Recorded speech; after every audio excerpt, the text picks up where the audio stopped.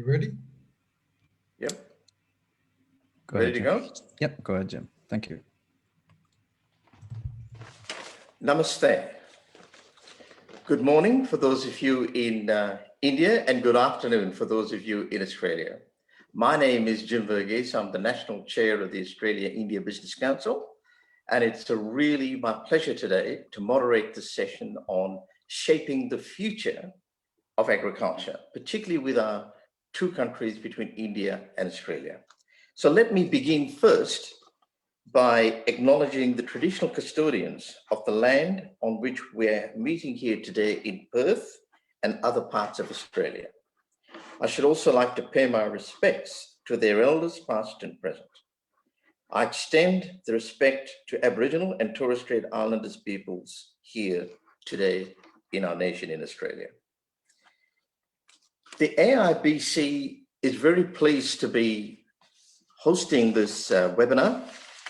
It is part of our mission. We were established in 1986 and we were founded to foster bilateral relations between India and Australia.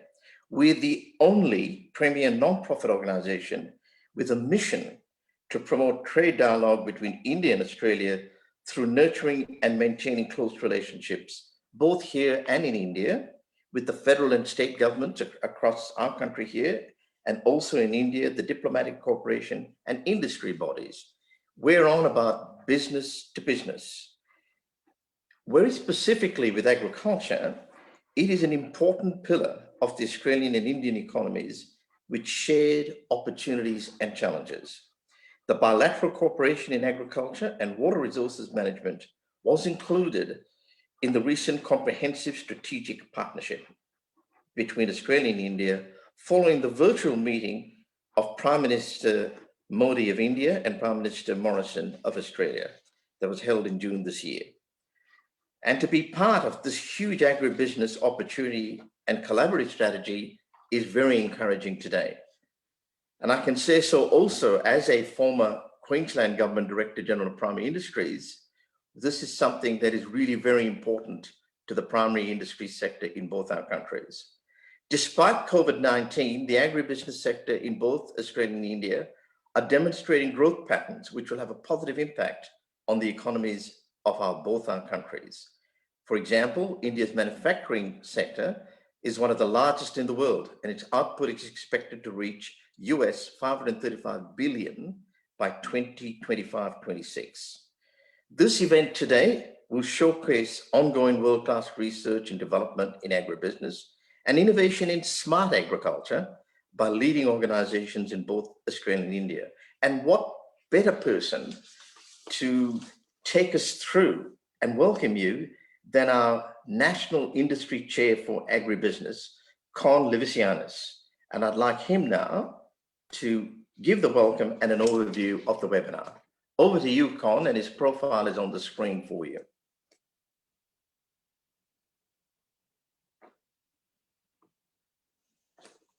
Con.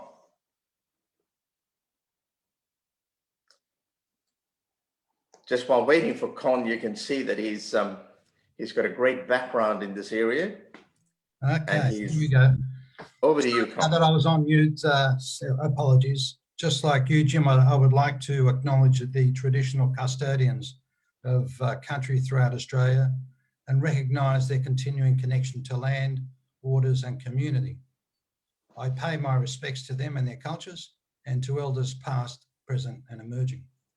Welcome to all of our speakers and viewers today to the third Aibc Agribusiness Chapter webinar on shaping the future of agribusiness through innovation.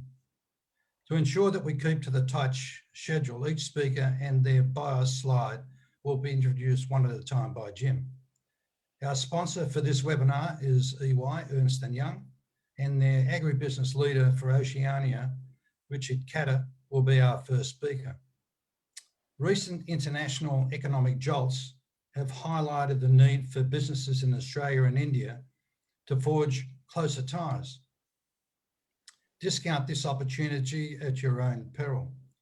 The enormous size of the market in India will be the magnetic field, and the availability of the Australian agribusiness expertise will be the conductor. In most of my talks, I have this tendency of focusing on two words: food and water. The technology and innovation that is built around this simple connection will have an enduring influence on the shaping of the future of agribusiness. The Australia-India Business Council Agribusiness Chapter 2 weeks ago attended a meeting in Canberra with the Biosecurity Plant Division of the Department of Agriculture, where we witnessed the enthusiasm of the Australian government to manage the different standards that exist between Australia and India.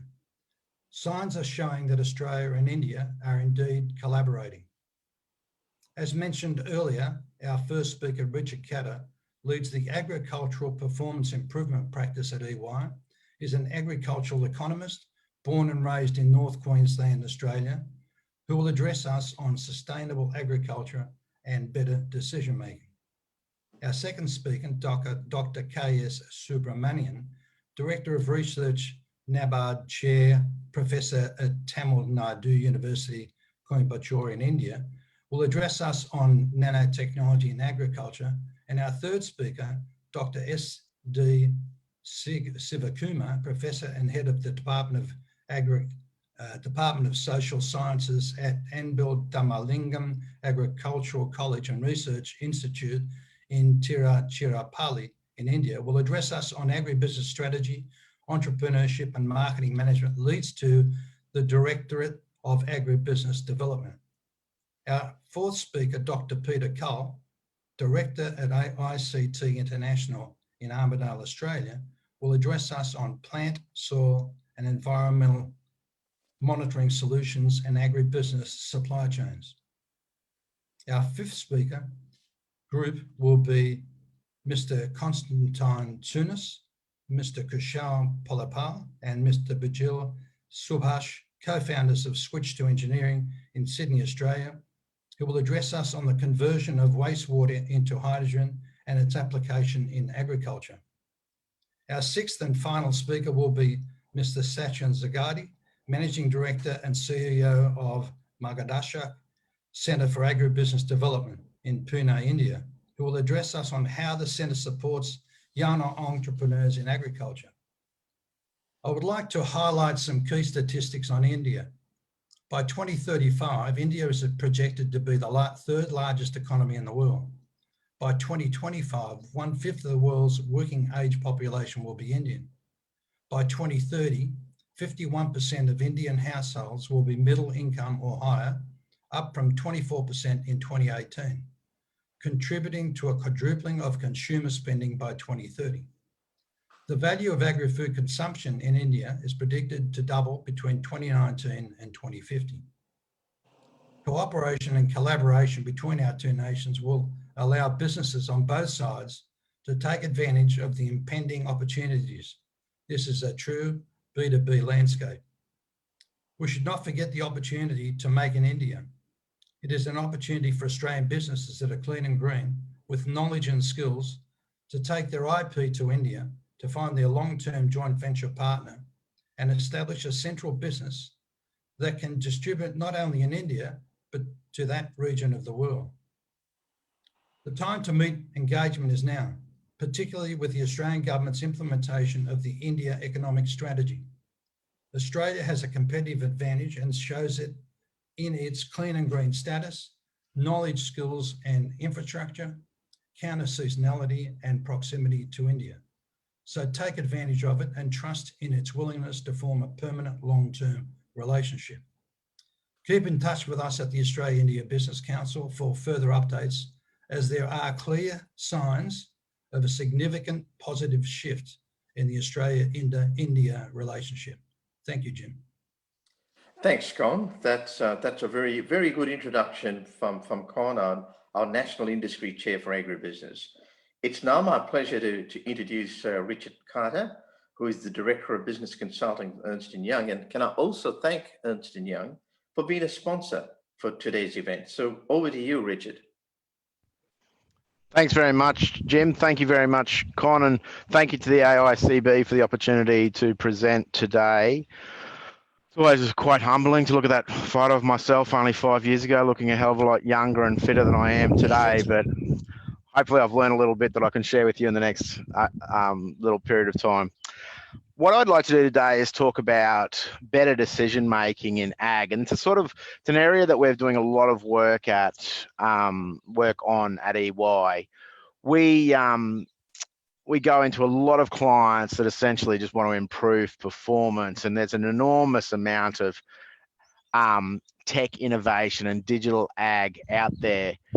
But I fear there's probably a lot of things that the primary producer can do initially that will allow them to make step change in their productivity and profitability on farm.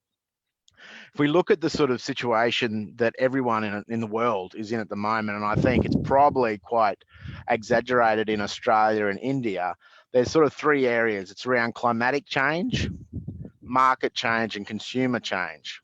So climatic change is around the increased severity and likelihood of extreme weather events, so floods, fires, droughts. Market change is the change in demand for product, so the type of product that people are consuming, things like goji berries and quinoa, and in Australia we're beginning to eat a lot of lentils and things like that have been traditionally eaten in India in massive volumes for hundreds of years. And then consumer change, and consumer change is obviously around channels to market and how people are consuming products and purchasing products and everything else. So that's an enormous amount of change that a primary producer has to deal with. And primary producers, and I am going to make a gross generalization, are very traditional and often adverse to change. They work very hard and operate on slim margins, which means that they don't have the capacity in terms of time in the day, and often don't have the capability to be able to sit back, take in all the information that's at their fingertips, and make really informed strategic decisions around what they're going to produce in the next season, in the next 5 years, in the next 10 years. And I think there's an enormous opportunity in the sector. And I obviously know the Australian agricultural sector a lot better than I know the Indian agricultural sector, but I would put a lot of money on them being very similar in this regard. There's a lot of opportunity to help the primary producer make better decisions. And when I say better decisions, they're around improving the triple bottom line sustainability. So primarily it's around economic and environmental sustainability. And then I think social sustainability would follow very closely behind. And I think there is, and there's a PhD in this, if any of the academics are listening, I think there's a high correlation between environmental sustainability and long-term economic sustainability in agriculture. It's as simple as if you over graze your country, the next season it's not going to be as productive, right? So that's bad on the environment and bad on you economically. The main sort of factors or variables around making better decisions, we believe, for a primary producer are things like soil type, topography, irrigation, water availability and allocation, climatic conditions, on-farm IoT with all the sensors and everything else, weather forecasts, and then commodity pricing data. What we're talking about is not enormous innovation, because at the end of the day, a lot of this information is already available. The Australian ag departments, both state and federal, have an enormous amount of information that's often PDF documents on websites. The primary producer is not going to go and spend hours going through all these websites and all these PDF documents to get out the information they need to make a decision. So I think there's an enormous opportunity for that information and data to be consolidated on a digital tool where the primary producer goes in and actually gets a level of advice or decision or support around what's the best decision, what's the best options, production types, etc., for their specific block of land in its specific location in the specific current market conditions. And I think if they can make those better decisions with the information that's available, there will be a distinct step change in productivity and performance and economic outcomes, both for the primary producer, but then also the broader economy. And I do think, if we look at Australia and India and our economies and specifically double down on agriculture, I think there's a hell of a lot of benefit in collaboration and sharing of knowledge and technology and everything else. So, Jim, that's probably it from me. I know we've got questions later on, so I'll sort of wait for that. But thank you very much for the opportunity. It's an absolute privilege for EY to be involved in this event and the council more broadly. And obviously this topic specifically is very, very dear to my heart. And I had the fortune of spending 3 weeks in India a few years ago. And I tell you what, I'll be looking forward to going back once the border is open. Thank you very much. Thanks very much, Richard. We really appreciated that address, and I'm sure you're going to have that opportunity to go to India in the near future. Can I now introduce Dr. Subramanian? He, of course, is the NABAT Chair and Professor at Tamil Nadu Agricultural University, and he's going to share with us the research activities and outcomes of Tamil Nadu University, Agricultural University, and he has a very impressive profile that is on your screen. So over to you, Dr. Subramanian. Good morning, Jim and Con. Thank you for the opportunity given to me. And I just briefly go through the university, Tamil Nadu Agriculture University, what we are doing. And we are one of the oldest and most innovative universities in the country. Can I have the next slide, please? And we've been doing lots of work, and we closely work with the Australian universities as well. And I briefly go through what are the activities we do and where do we go from here. Next slide, please. We have, this is the way we grew up in the past 150 years. And we started off, Tamil Nadu Agriculture University existed from 1971. Earlier it was a school in Chennai, 1868. Thereafter, 1906, the Britishers built this university in 1906. We are about 115 years old. And now the next year is going to be golden jubilee year of the university. Certainly this partnership would help. Next. We have, this university is one of the, we have 77 state agriculture universities in the country. And we are within 3, ranked within 3. And we get highest civil, the award, Krishi Karman Award, 5 times we received it. For higher production of agriculture production. Sometimes we produce more of grains, oil seeds, pulses, and so on. We are one of the best universities. Whatever I present, this is truly reflecting what the Indian agriculture is about. Next, the Prime Minister of India gave the award. So TNAU is one of the, I said it is one of the oldest universities. This is one of the universities where we have a good network of research organizations. And as the director of research, we have 27 agriculture associations, 12 horticulture associations, we have 14 directorates, 14 colleges, and we have lots of research activities going on. We, as a director of research, I promote internationalization of research, and we've opened up. And as somebody was mentioning about the Prime Minister Vaibhav program, I am one of the panelists in that program, and we can help you in connecting Indian institutes under that program. Next. And next slide, please. Just to go through 3 or 4 slides on what we accomplished in the past 100 years or so. This particular slide shows we work on varieties of crops, starting from rice, millets, maize, pulses, oil seeds, sugarcane, fodder, cotton, mushroom, and so on. So far, 850 more varieties have been released. And this particular picture indicates there is lots of scope for Australian universities or research organizations to get connected. So you name the crop when we have it. This particular picture shows that. And so far we have released 854 crop varieties, improved varieties in the past 100 years. Next, we should, next slide, please. We show you horticulture. Sorry, this is one of the areas of mutual interest for us. We have therapeutic rice. Some of the rice varieties we are developing has a medicinal value, anti-diabetic, because diabetes is a growing concern across the globe.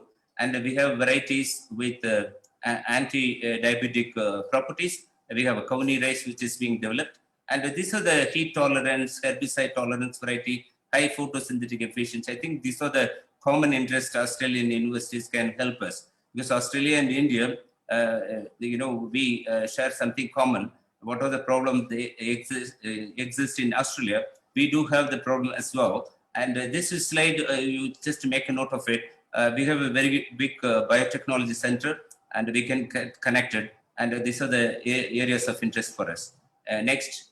And we also have the horticulture, and we work on fruits, vegetables, onions, tapioca, medicinal plant, and tree species. Again, there is lots of varieties have been released in those crops. So these 2 or 3 slides indicate that TNAU is a multi-crop research center, and any crop, any areas of research is interest to us. So we open up a wide range of activities of the university so that we can establish research linkage with TNAU and Australian organizations. Next.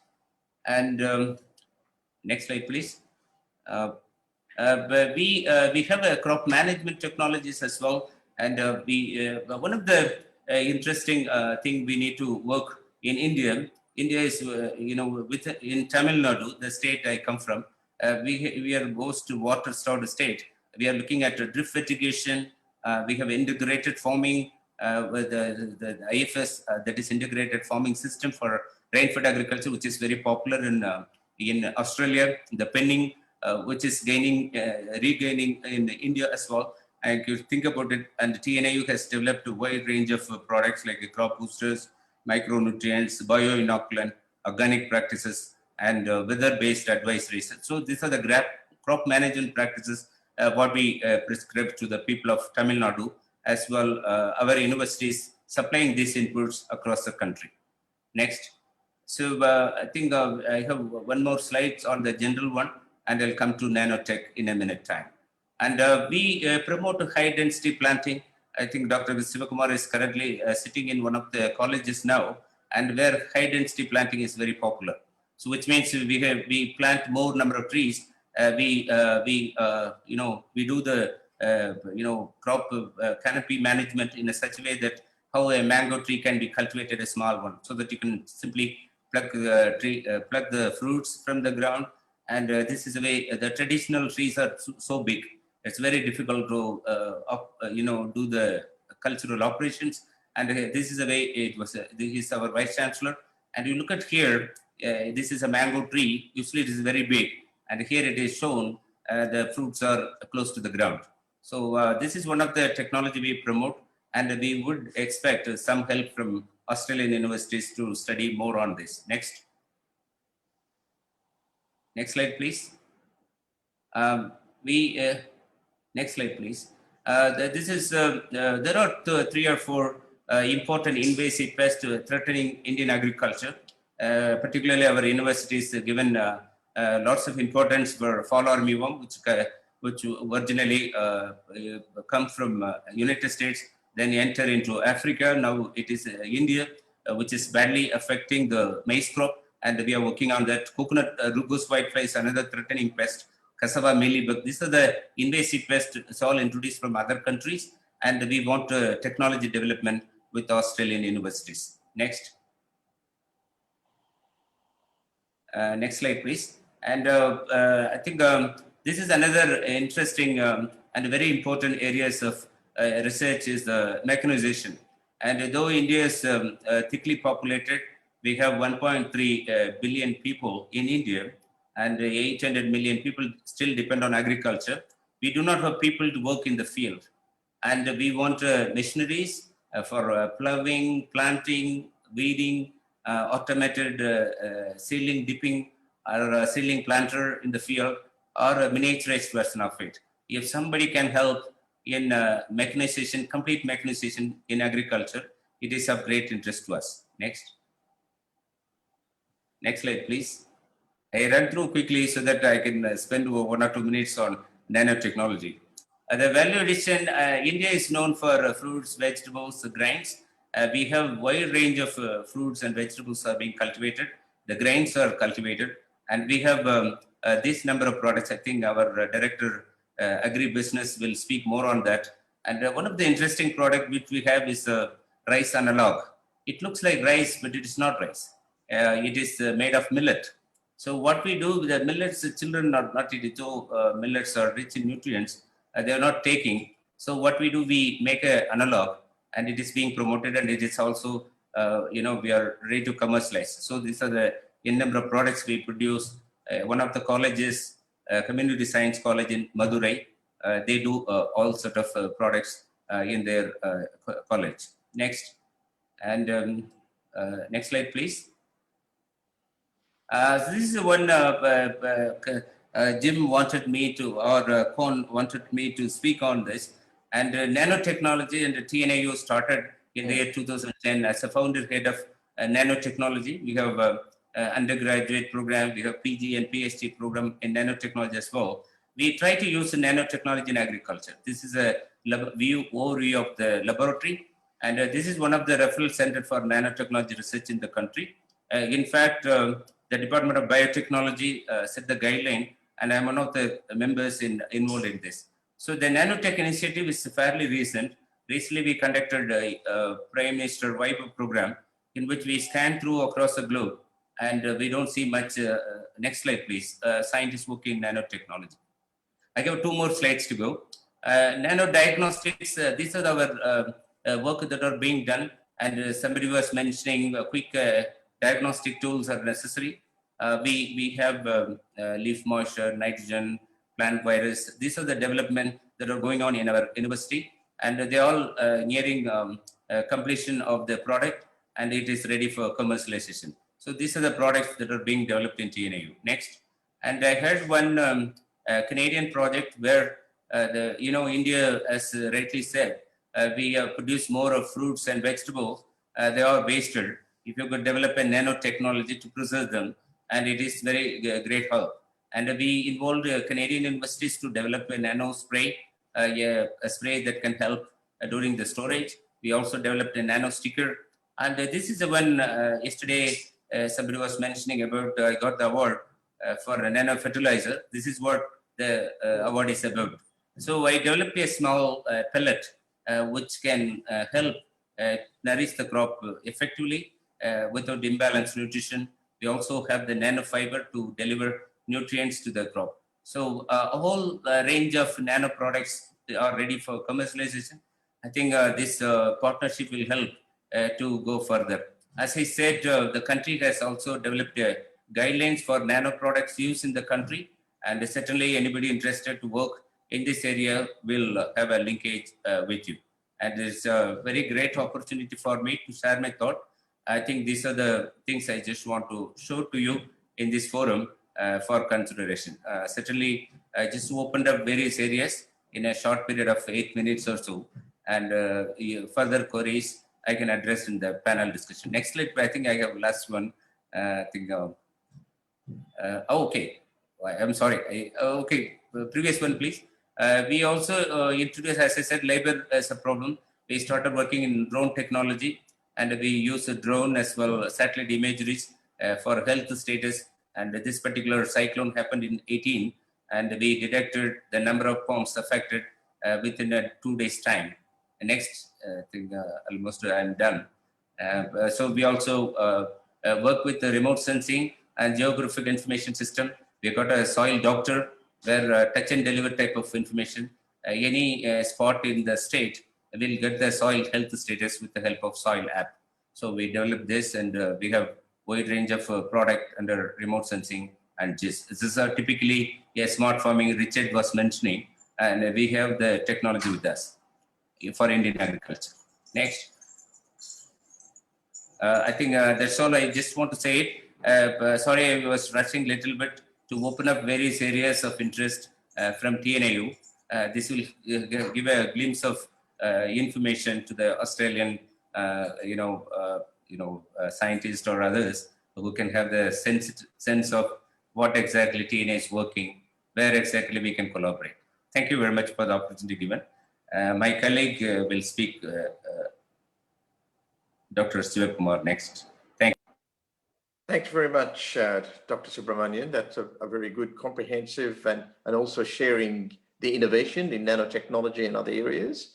I think that that's of great interest to our audience and of course to your colleagues on the panel. Just now, my pleasure to ask Dr. Sivakumar, who is the Director of Agribusiness at the Tamil Nadu Agricultural University, to share with us his perspective, following up from Dr. Subramanian. Over to you, Dr. Sivakumar. Yes, thank you, and good evening to participants from Australia and India. I'm here to briefly present about what our directorate is doing with regard to business development in Tamil Nadu, and then I will talk about what kind of changes are happening in the state and central government policies, so that how friendly we are becoming.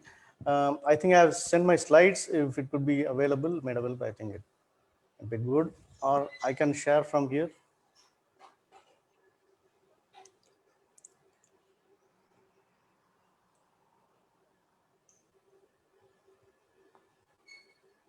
Okay. Vishal, I can do it from here? Yeah, go ahead, please.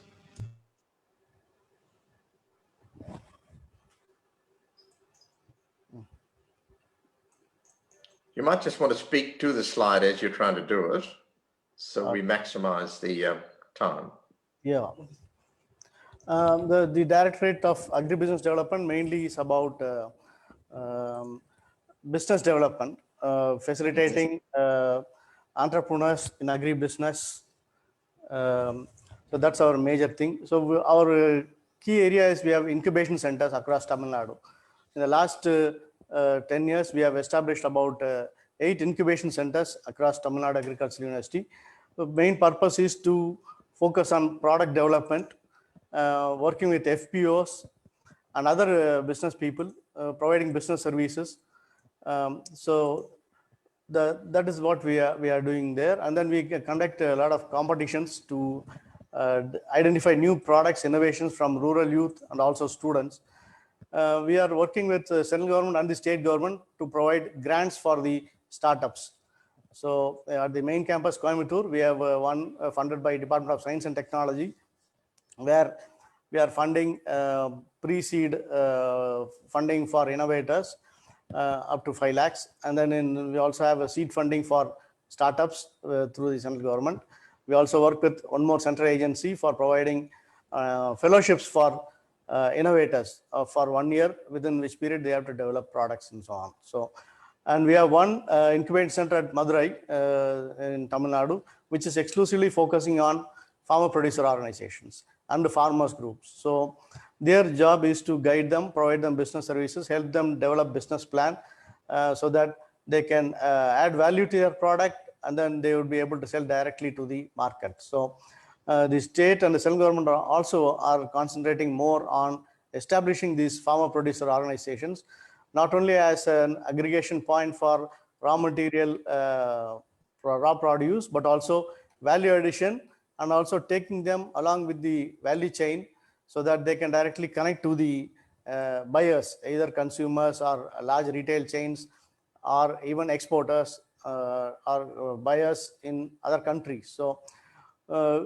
TNAU, Directorate of Agribusiness Development, would be able to facilitate any linkages with the farmer producer organization, so that we can export to Australia, and also we can guide these farmer producer organizations in building the value chain, helping them to meet the sanitary and phytosanitary requirements, which are essential for exports.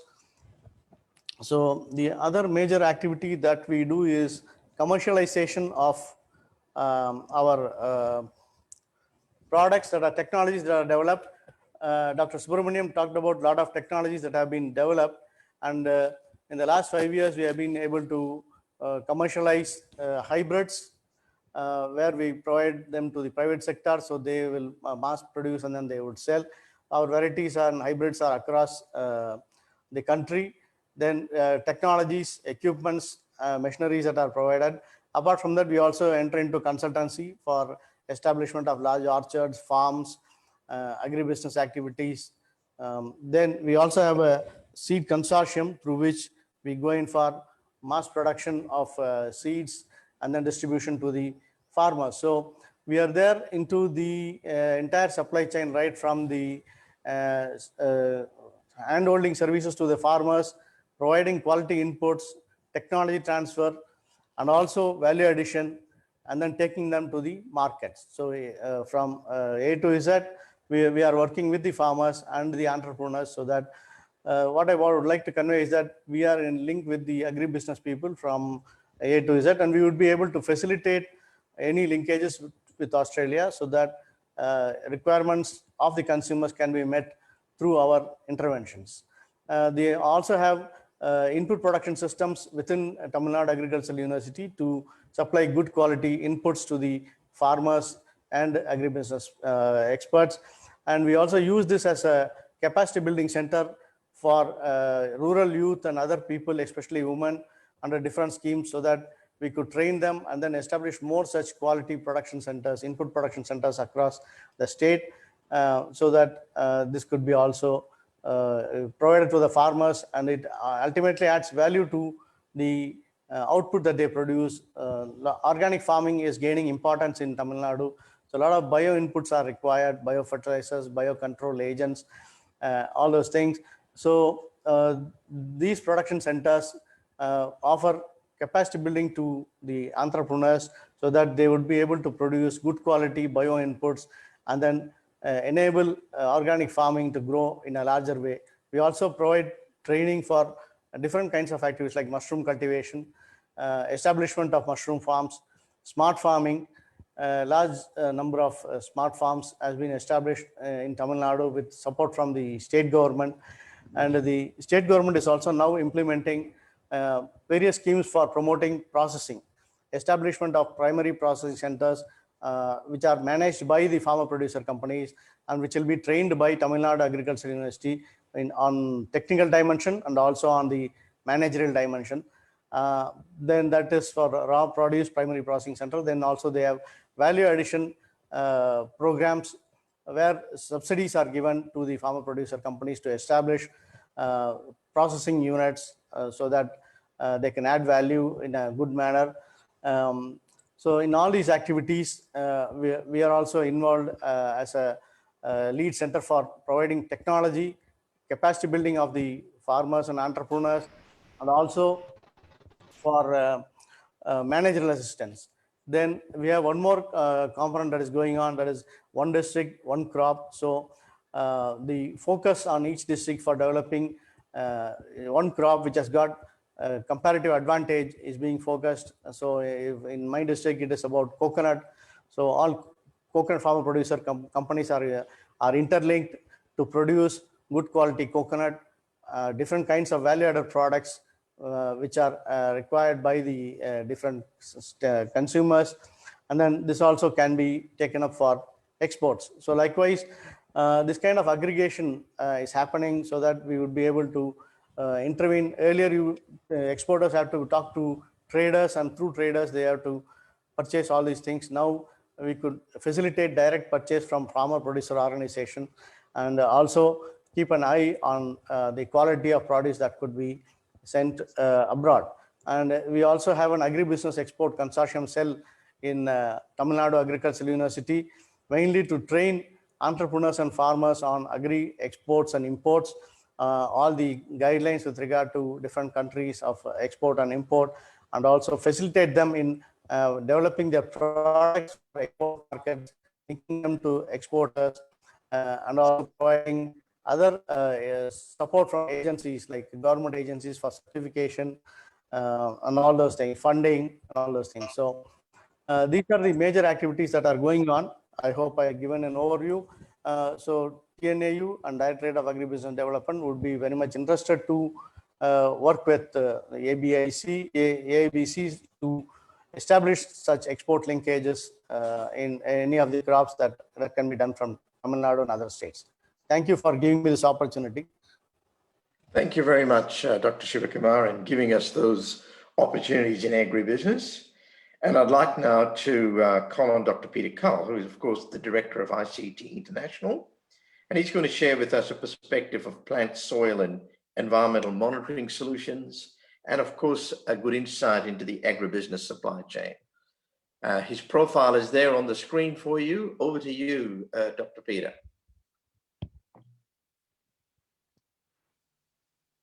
Just need to unmute, and you're on. Do I have some slides?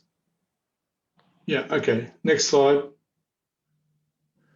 Just to illustrate, we've been in this business for 40 years in agriculture, and we have huge domain knowledge. To say that versus all the startups, I was involved and in fact responsible for bringing quantitative soil moisture monitoring to Australia.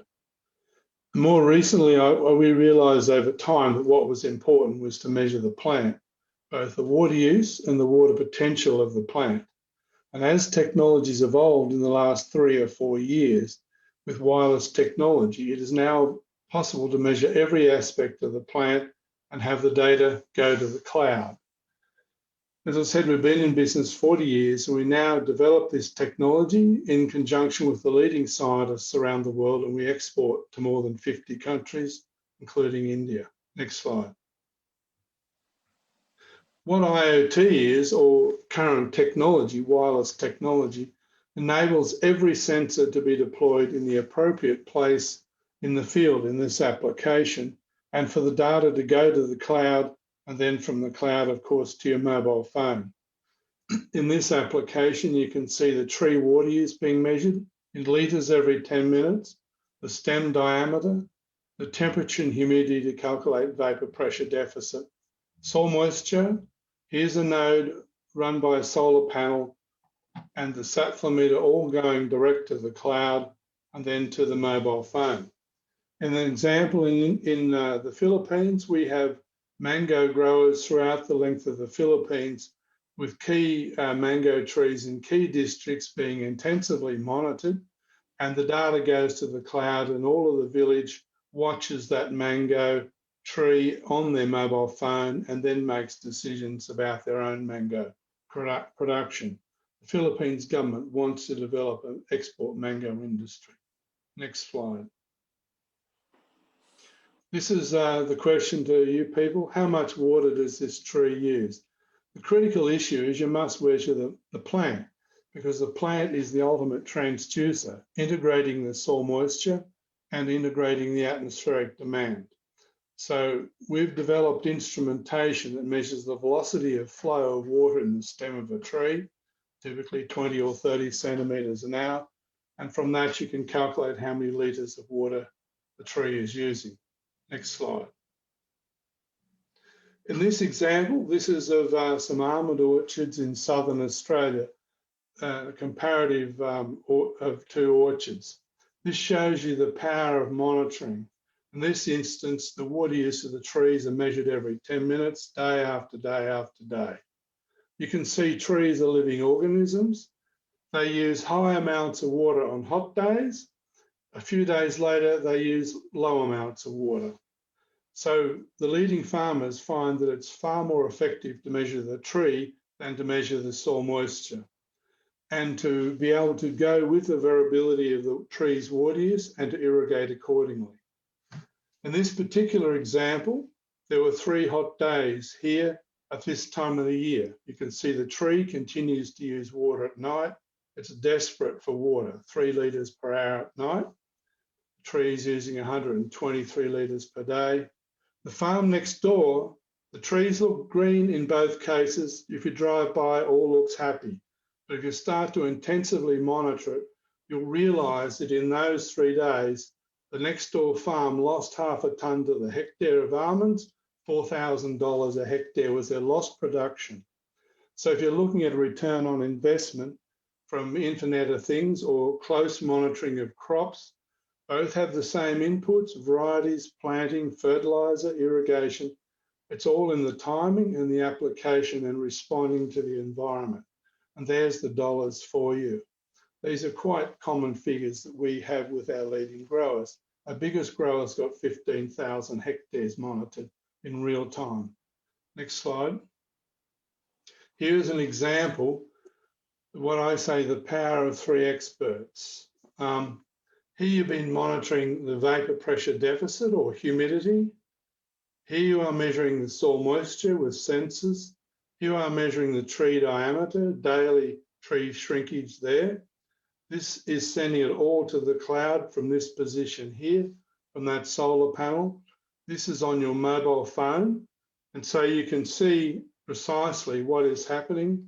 In this example, high, very dry air, low soil moisture, big stress, 30% fruit drop of the avocados in a 4-day water stress. So again, you can see if you can monitor, you can manage. Next slide, please. So there's some insights for you of what's possible and what is happening in different with leading farming systems around the world. And what is the situation for us in our business from India? We're frequently being contacted by platform companies, cloud companies, telcos, who all want to move to the cloud, but have no domain knowledge about agriculture and certainly have no instrumentation knowledge. As I say, we have 40 years of doing this inside our business. As the second point says, we can supply sensors, technologies, develop solutions, whether it's farm management, predicting yields and quality outcomes. We do this with companies like Hitachi, with supply chain. We have a lot of fisheries monitoring and shellfish and oyster monitoring programs, supply chain management, and also increasingly in urban trees and urban forest management, monitoring the trees so we can develop better landscapes within cities. So what are the opportunities for us all? The opportunities are to develop long-term collaborative business relationships. I've been in business 40 years, and I know you can, if you spend some time and get to understand the individual and get to understand the problem on the ground, you can develop long-term collaborative relationships. We have some very strong relationships in China, for example. And what was ICT is interested in doing is developing such relationships in India. The point being is to be able to contribute to your agriculture and your economy by bringing our technology, building partnerships and relationships, perhaps manufacturing the technology there as alluded to, but certainly adapting it and making it functional to your agriculture. And so that's our interest, and that can be our contribution. So thank you for your time. Thank you very much, Dr. Peter Carl, and sharing your 40 years of experience. I think we're very fortunate that we're able to bring that perspective in as we step up our trade and investment relationship with India on agribusiness. It's now my pleasure to introduce Mr. Konstantin Sunis, who is the co-founder of Switch2, and he will introduce his colleagues as well. And he's going to share with us a very important Switch2 project that looks into wastewater to hydrogen and its application in agriculture. So as you can see from your screen there, you have Konstantin, you've got Kushal, and you've got Bijal. So over to you, Konstantin, and to your team. Thanks very much, Jim, for the kind introduction, and thank you to the Aibc for the opportunity to talk today. Colleagues, it's great to be here. As Jim mentioned, my name is Konstantin. I'm one of the co-founders of Switch2 Engineering. We're an engineering startup on a quest to convert wastewater into renewable energy. With me today on the panel, we've also got our other co-founders, Kushal Polapala, who is a sustainability analyst at Deloitte, also our co-founder. And we've also got Bijal Subhash, who is a PhD student like myself at the University of New South Wales. To begin with, to give you a very broad overview of what Switch2 Engineering does, I'd love to show a video about our startup technology and how we operate. So if we could please play that first, and then afterwards I can discuss how that relates to the agricultural sector. The average beer drinker consumes 85 liters of beer per year, producing 425 liters of wastewater, releasing 600 kilograms of CO2, equivalent to driving a round trip from Sydney to Melbourne. In Australia, we consumed 2 billion liters of beer last year, equivalent to 2.8 megatons of CO2 released. Additionally, 10 billion liters of wastewater was produced, which needs to be paid to be treated by breweries. What if I told you we could process the wastewater and convert it into clean energy? At Switch2, we have developed a catalyst for a device called an electrolyzer. which can process organics within wastewater and convert it into hydrogen, a clean burning fuel. Hydrogen is the fuel you're going to be using when fossil fuels run out. It's clean burning, and in our case, sustainably sourced. The breweries are able to repurpose that hydrogen for heating, transportation, as well as electricity, saving each large brewery up to $1 million in annual operating costs. By doing so, we enable breweries to transition to a circular economy profitably. Our modular technology works in breweries of all size, and due to the versatility of our catalyst, it has application in the wider food and beverages industry as they produce organic-rich wastewater. This is an industry that is responsible for 60% of global CO2 emissions annually. Together, we can change the way the world sees waste, transitioning the FMCG industry towards a circular, sustainable, and fruitful industry. So now, you can get back to enjoying that 85 liters of beer guilt-free. Great, thank you so much for watching. I want to start by talking a little bit about how the technology relates to the agricultural sector and how the sector can really unlock the value from hydrogen. So as you would have seen, hydrogen is a combustible gas. You can sort of think of it as a natural gas without a carbon footprint. And hydrogen is, of course, made out of one of the most abundant elements in the universe. So firstly, why hydrogen would sort of work in an agricultural setting is because it unlocks the sector coupling between heat and electricity. And what I mean by this is hydrogen is extremely versatile. So since we can use hydrogen as a combustible fuel to generate heat and steam, but at the same time, we can actually use that hydrogen and reconvert it back into electricity to, for example, power pumps in an agricultural setting. And what it means is that if we use renewable energy to generate that hydrogen on site, we can use that renewable energy for a range of applications, not just limited to electricity, which really unlocks the value in the energy mix. The other thing is storage of energy is really an issue in agricultural settings due to the intermittency of renewable energy. So to truly power a farm, we need to be able to store all of the energy that we generate. And at the moment in the market, there are current limitations in terms of batteries, which are able to store vast amounts of energy on the scale required for farms. It's inefficient and expensive on that scale. But at the same time, hydrogen is something that is quite energy efficient and quite cost effective when we store on that energy scale. So we can actually convert that renewable energy into hydrogen and use that as sort of a pseudo battery that works well for the scale that works on farms. The other thing is that hydrogen can actually be stored for very long periods of time in between the seasonal requirements of on and off peak farming periods. At the same time, we can generate hydrogen due to its seasonal availability of renewable energy, for example, during the summer, and use it over the winter. So it can actually be stored for years on end. So we can really unlock the value of hydrogen as an energy source when is required. Another thing that has been really interesting in the development of hydrogen recently in an agricultural settings is that there are quite a few research groups and organizations that are working towards the on-site distributed fertilizer production in rural areas. Hydrogen being one of the precursor chemicals to generate ammonia, which is used in fertilizer, means that if we can use renewable energy to generate hydrogen on site, we can also convert that hydrogen into fertilizer. And this increases the overall profitability and the possible exports in which farms and rural areas can really capitalize on renewable energy. Turning back to our technology and switch to engineering, one of the main value propositions we have is the fact that we can actually generate hydrogen from the wastewater from farms, as opposed to using pure water, which is currently the status quo in terms of hydrogen production. What this means is that we don't need to purify the water to high levels, allowing us to really preserve the scarce resource that pure water is in an agricultural setting.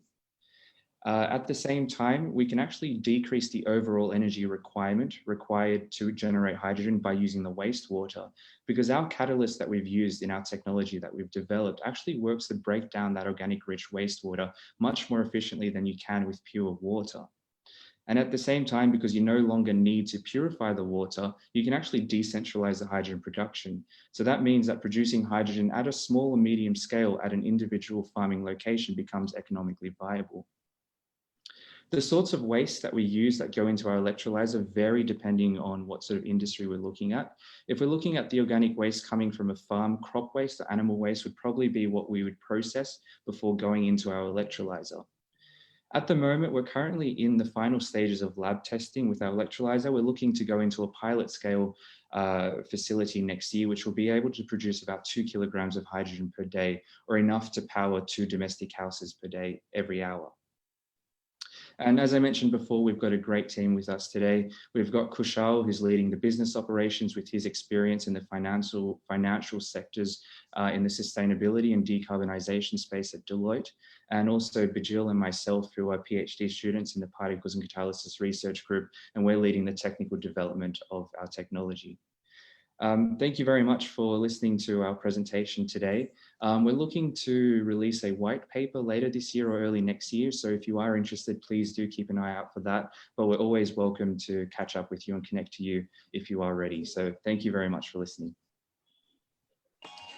Thanks very much for that very, very good presentation and innovation, and sharing with us your project and also a better understanding of hydrogen. Thank you for that. It's now my pleasure to introduce our next speaker, who is Sachin Takari, who is the Managing Director and Chief Executive of Margaret Center for Agribusiness Development. And he is going to share with us how this center supports the young entrepreneurs in agribusiness development and the opportunity for business-to-business development. And you can see on his profile on the screen that he's well equipped to give us this and share this perspective with us now. So over to you, Sasha. You might just need to unmute. Thank you. Thank you, Jim. And I must... Am I audible now? Yes, you are. Yep, go ahead. Yeah, thank you. I must thank first Aibc for giving me an opportunity to showcase the emerging business models that we have been working upon, and how the Indian agribusiness is poised for growth going forward. Before talking about the emerging opportunities, I would like actually to thank all the panelists for sharing the great thoughts that they have been working upon the various fields. So can I have the next slide, please?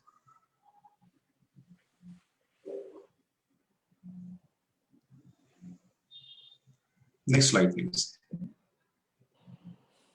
Yeah, at Margaret Center for Agribusiness Development, we have been into services of consulting to the micro, small, and medium scale enterprises in agribusiness and helping them out in understanding the market and product development.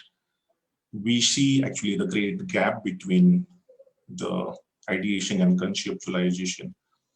There are many sectors in agriculture that we foresee will have great opportunities going forward, but unless and until it is very much important for the startups to have great sense of market, actually what is that they are going to market and how. So first agribusiness trend that I will be talking about, the precision agriculture and automation will be the norm, even among smallholders across the sowing to harvesting value chain. It is very much important actually to have a look at the cost of production for that farmer is actually having. It is quite difficult for farmers to manage the production, having, the great difficulty related to the natural activities and all. So the precision agriculture in India will play a great role. Before 90s, if we have a look at mechanization of power heavy activities of tilling, harvesting, threshing, tractors and tillers happened in India. This is how actually the evolution is happening in Indian agriculture. Then mid of 90s, we experienced mechanization of input application for cash and value added crops like cotton, fruits and vegetables. And drip irrigation was one of that. Then in 2012, we had the first forecast center, which was set up actually for the drought prediction. And that was the start where actually Indian agriculture started having the innovations. Then we foresee actually in 2021 the entry of 5G, which makes IoT much faster and smoother. So in the mid of somewhere in 2025, we foresee the technology that becomes fully autonomous, social, and varies its application based on advanced analysis done by the AI and machine learning drones, terrestrial robots, IoT-enabled sensors, AI and machine learning-based advisory mean that the farm can be operated by one person, that one of our panelists has already shared the thought on. So, but this is how the precision agriculture is being looked at, a great opportunity in Indian agriculture. Can you next slide, please?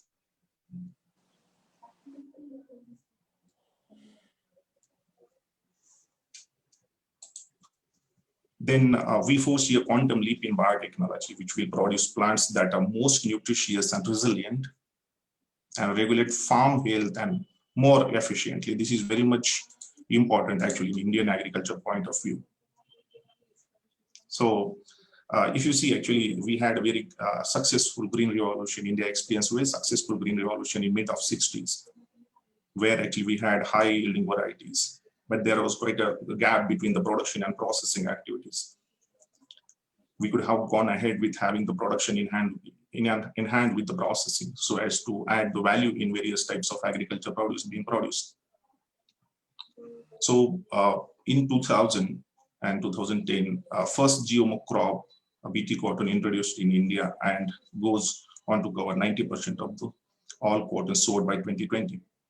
And what we see actually going forward, because as I said, the cost of input is very high in India. Actually, we have got various types of insects and pest infestation, and farmer is very much in different situation actually to take care of the crops. So precision gene editing and microbial tools provide farmers with the menu of crop varieties they can choose,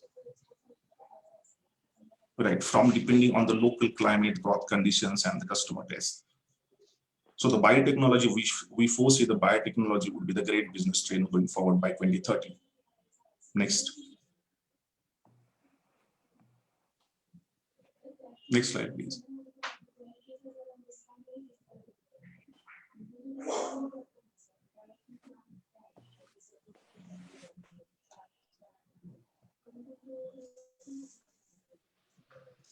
This is one more an opportunity as well as the problem with the Indian agriculture that we faced. Between 70s to somewhere 2010, there was a consistent fragmentation of land that happened. So fragmented land holdings and asset ownership will go through widespread consolidation, real and virtual, to achieve the economies of scale for holders. It is quite difficult for the farmers point in time to take the decision what crop to go ahead with, having got the very fragmented land, and he's not having a bargaining capacity. Actually, what if he's producing something, he's not been able to sell, having got the very minimum quantities. So there is a good push-up actually that has been given by the NABARD. By 20, there are 7,000 farmer producer organizations registered, helping farmers to take decisions collectively. So by 2030, we foresee actually farms in India go online. Most farmers in India will have holistic digital identities that integrate their financial profiles, the production profiles of their land, and market profiles of blocks and districts they operate in. And there is very much in line with, there is one announcement actually from the Indian central government for one district, one product, a scheme that has been announced recently on the same line. So service providers and buyers will overcome the fragmentation barriers that they have been facing point in time. So we see actually the consolidation of fragmented land holdings and asset ownership, and then the form of social enterprises like self-help groups, farmer producer organizations coming together and making their businesses. Second, next slide, please.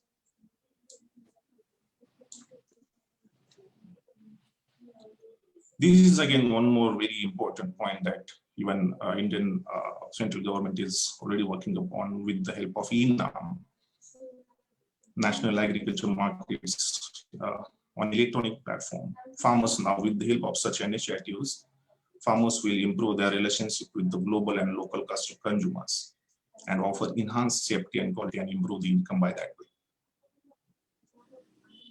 So between 1980s, it was unorganized retail in India. Quality control was focused more on the brand's local markets. But in 2010, 2008, we saw this modern retail revolution in India, which became actually the key driver. So how the connection of how the farmer is getting connected with the end consumer is more important that we foresee. Even what we have been doing actually point in time with many startups that we handhold. The product positioning is very much important. Market segmentation is very much important. There are opportunities. There is information, but how do you make use of it is more important. As I could actually recall one question that was asked, that many businesses in India are in tier 3 cities, and how do we take them and help them out to export their produce? So what actually the input from my side would be like, they need a hand-holding. Actually, there is a gap between the ideation and conceptualization. They have got actually all capacities to take the products to global level. But the language is barrier, as somebody said very correctly. Now, we have been we have been trying our best actually to help them out. We have been helping almost 300 plus startups in Maharashtra and in neighboring states. So by 2030, the future of Indian agribusiness, we foresee one more trend, that end-to-end transparency, farm-to-fork connectivity through traceability. Now, every consumer is very much interested in the path followed by the product. The product being processed, when it got harvested, how it is treated, what pesticides were used, what chemicals and synthetic fertilizers were used. Is this particular product is really fit for the family or not? So the traceability concept is helping them out in understanding the complete path followed by the product. So we foresee the traceability assuming a great space going forward. Certification and online farmers, many activities will be online that we foresee. The decade will see the food become an increasingly personal subject for households and establishment as consumers look for high standards of trust. Now, there are many ethical standards that food industry is adopting globally, may it be organic, may it be a fair trade, may it be a supply SADX, may it be a G-meter. There are many biases. So as I said, it will be the ethical and responsible supply chains that will have a great say in going forward. So can I have next slide, please?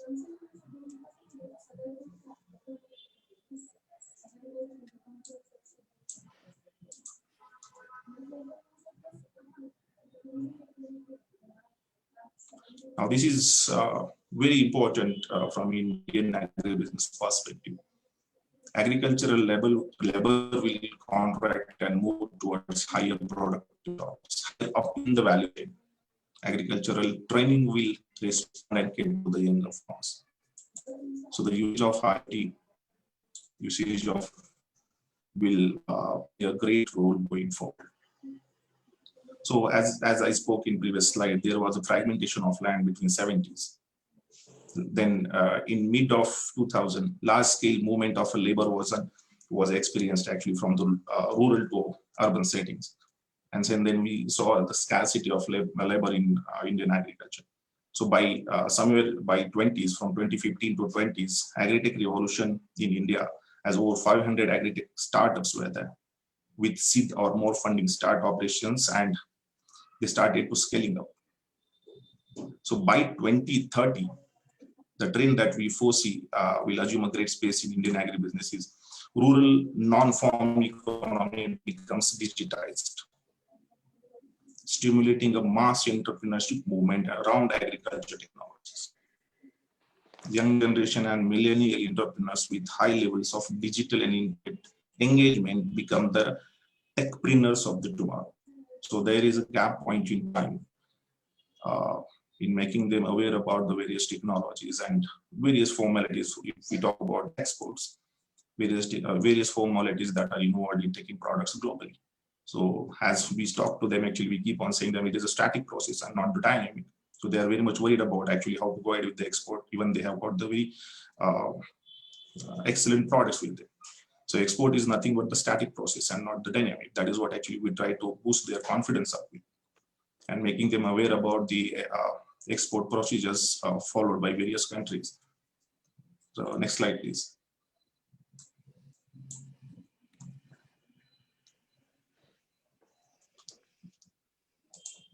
Then the agribusiness trend 6. Yeah. Yeah. So the production of high value outputs such as leafy greens and green vegetables and cruciferous vegetables will become more specialized and protected and have its own dedicated logistics chain. So by 2030, captive fruit and vegetable supply chains for seeds and major ports composed of hybrid vertical farms will be the new norm. So may it be vertical farming, or may it be a greenhouse farming or polyhouse farming, will be the new norm in Indian agriculture. Next slide, please. So food science will pursue consumer centricity, yielding affordable processed products which life diseases, ecological concerns. So in near future, we foresee packaged food products become personalized and diversified and can be custom made for genetic makeup, nutrient needs, lifestyle choices, and taste preferences. In mass market, residue-free becomes the norm. Residue-free is becoming the norm. So this is again something which is talking about the traceability of your product.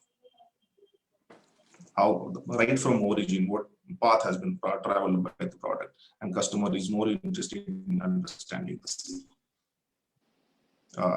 I'm done with the presentation, and I thank for all of you for your time. Thank you very much, Sachin. And as we go over time, it eats into question time. So let me just introduce the Q&A and maybe get Vishal to show you the great interest in this webinar today from the questions that have been asked, and there are quite a few of them. And so what we have undertaken to do, of course, is to answer these questions after the webinar, just to assure our audience today that we do take the fact that you've had good food for thought and asking good questions, as you can see on the screen. We'll only have the opportunity to ask one question or so, but we will make an attempt to answer those questions for you after the webinar. So let me just kick it off, and can I ask the panelists to give me just a 3-sentence answer to the next question. And the question I've got is, given that so many SMEs in India come from Tier B cities, and there is a knowledge, technology, and language barrier for value-added products to be exported from India, how could the Aibc help in bridging the gaps to tap into this export-import market? So let me kick it off with Con. Your 3 sentences answer to that. Con Laviniasa, over to you. Thanks. Unmute. Yeah. Thanks, Jim. The Aibc, as everyone knows, is a B2B, a business to business, and our platform is to make sure that we can connect Indian businesses with Australian businesses in such a way that we can utilise the resources within both Australia and India, where we have people on who can get onto the ground and talk the language that's in that particular sector of the Indian market. I think that, in my words, I'll focus on the language barrier, because I think that's one big one. I walked into that specific issue personally myself over the last 10 years, and I can understand but we have the resources with people both in Australia and India who can work on the ground and help out. Thanks for that. Richard Katter, your 3-sentence response to that?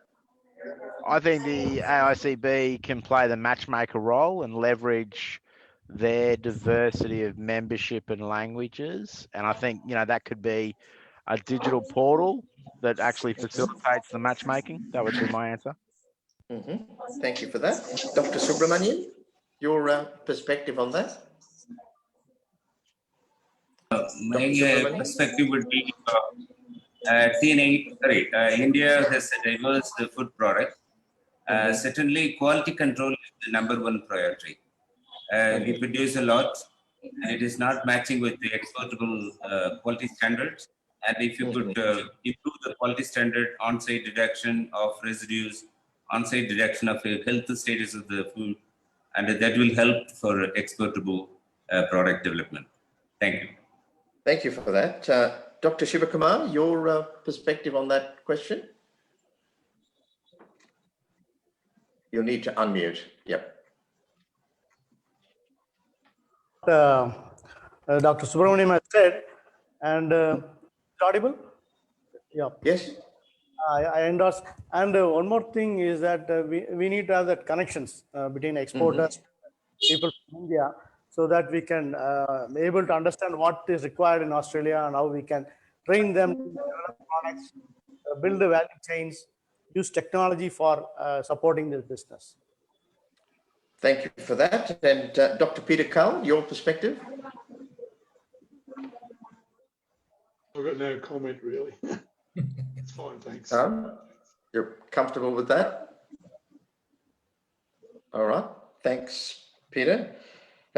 Constantine and your team, your comment? I think I might pass this one to Kushal. He's got a bit more experience that can talk to this. All right, over to you. Sure thing, thanks. I think what we as Switch 2 in the journey that we're going right now, we're sort of mapping out the key sort of players within the hydrogen value chain. And I feel that's something that, we can definitely help the Indian Tier B cities to sort of leverage, sort of mapping out, okay, if you generate hydrogen, who you should be speaking to. Okay, once the hydrogen generated, who storing of it, and then the use case of it, how we can sort of communicate and pass on those messages and connections. I think that's something that we can definitely contribute and support. Thank you so much for that. And Sachin, your 3-sentence comment on it? Yeah, what I actually see what can be done in bridging the gap is understanding what language that that product he has developed. Okay, he is good at the systems that he has developed, but he has not been able to communicate it to the target market, having got the language barrier. So I foresee that the incubation services helping him out in understanding market and bridging the gap of language by offering the licensing services could answer the question better. Thanks for that. And can I ask Peter Cull a question? And that is a very current one. What may be the change in agribusiness during post-COVID-19 pandemic situation?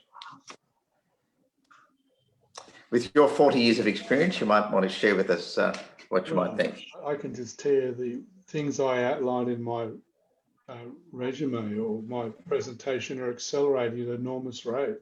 So I think COVID has brought that on. We all know that we do Zoom more often. Frankly, this whole IoT thing is exploding. And as we're coming out of COVID in Australia, it's almost out of control, the amount of market opportunity there is. And so that will happen when it comes out of out in India as well. So, hence, I'm looking for partners because I can see that opportunity coming, and the COVID's accelerated it. Thank you very much for that. We're coming into the closing end of our webinar, and I'd like to ask Vish Viswanathan, our National Industry Chair for Make in India, who's put an enormous amount of work into making Make in India happen. And Vish, you can see his profile in there. In many ways, it understates the hard work that he does put in. So over to you, Vish, to deliver our vote of thanks.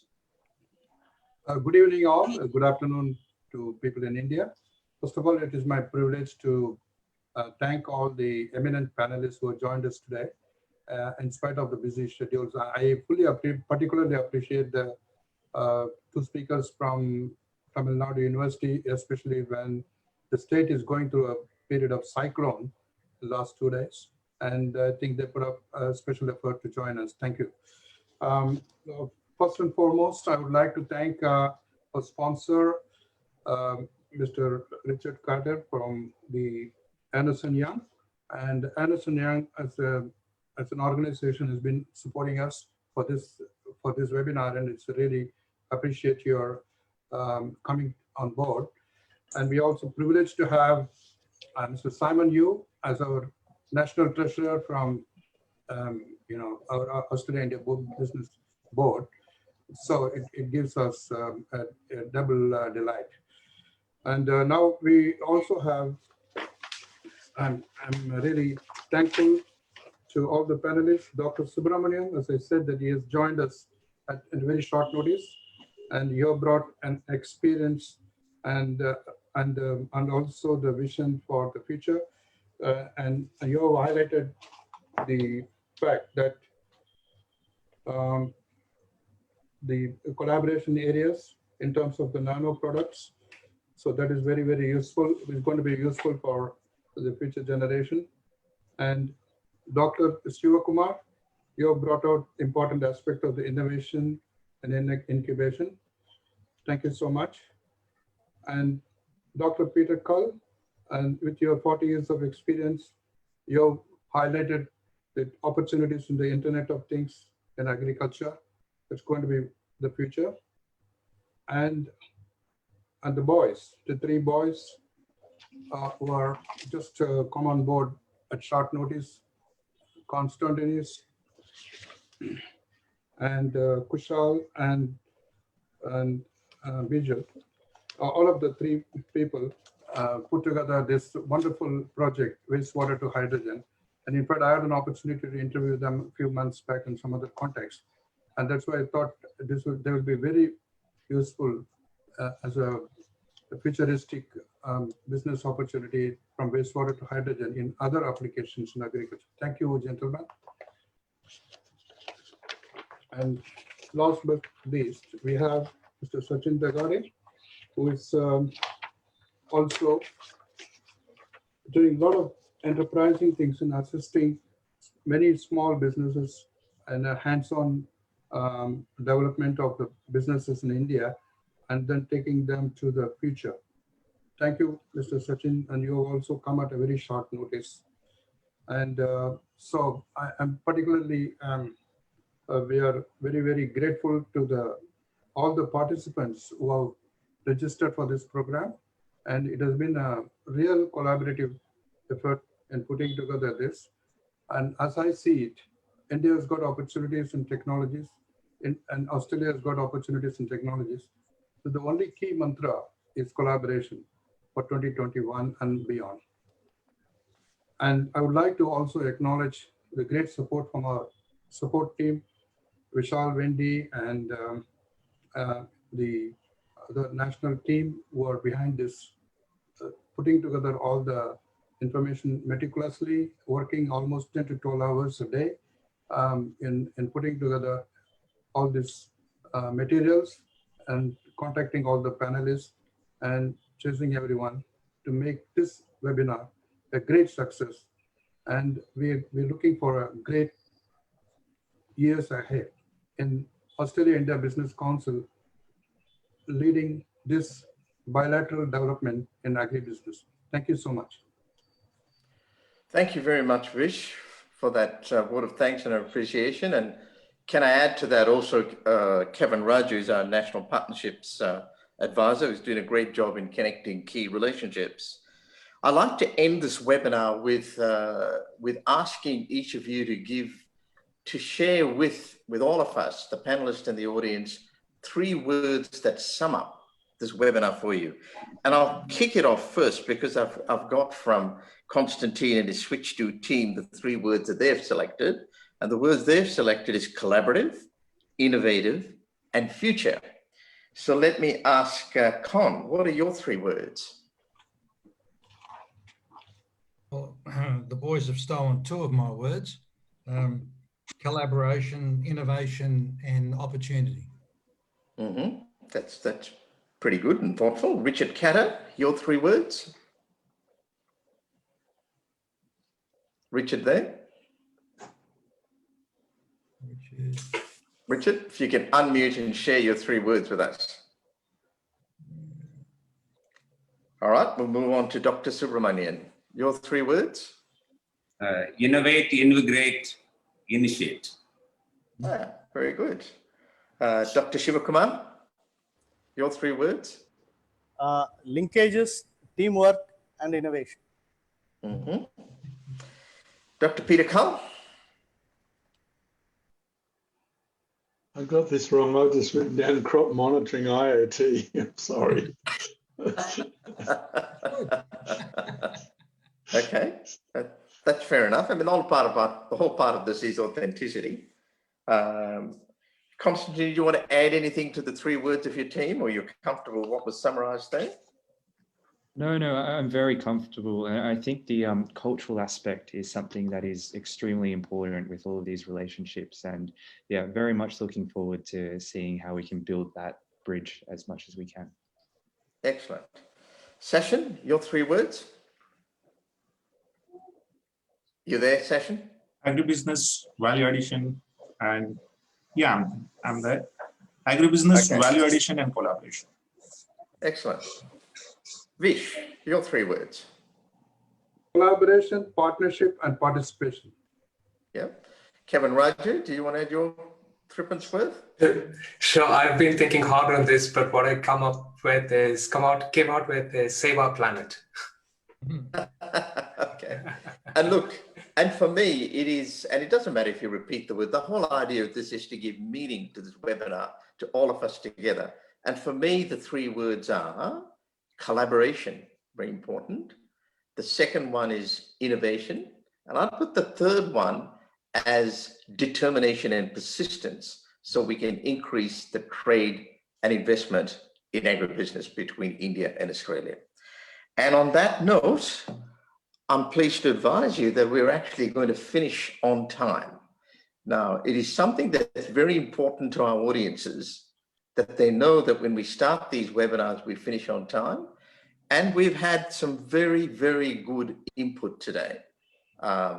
Very thoughtful input, and I can see that from the questions that have been asked, and we have to answer those questions and see how we go. So can I thank each of our panelists again and support the vote of thanks given by Vish, and look forward to sharing the next webinar with you. So I think it's good evening and good afternoon from both in India and here in Australia. Bye, everyone. I also wanted to add, Mr. Aditya Shaktivel is our intern for the agribusiness. He has put together a lot of work for this. My apologies, I missed his name. Okay, that's good. We put him in there, and it's exactly virtually on our finish time. So thank you all again, and look forward to following up a webinar like this in the near future. Thank you. Goodbye. Namaste. Thank you. Namaste. Thank you.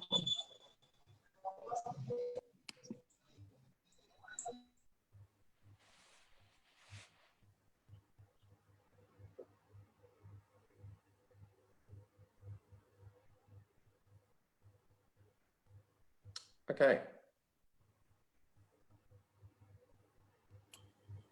Vishal, have you stopped recording and putting it live?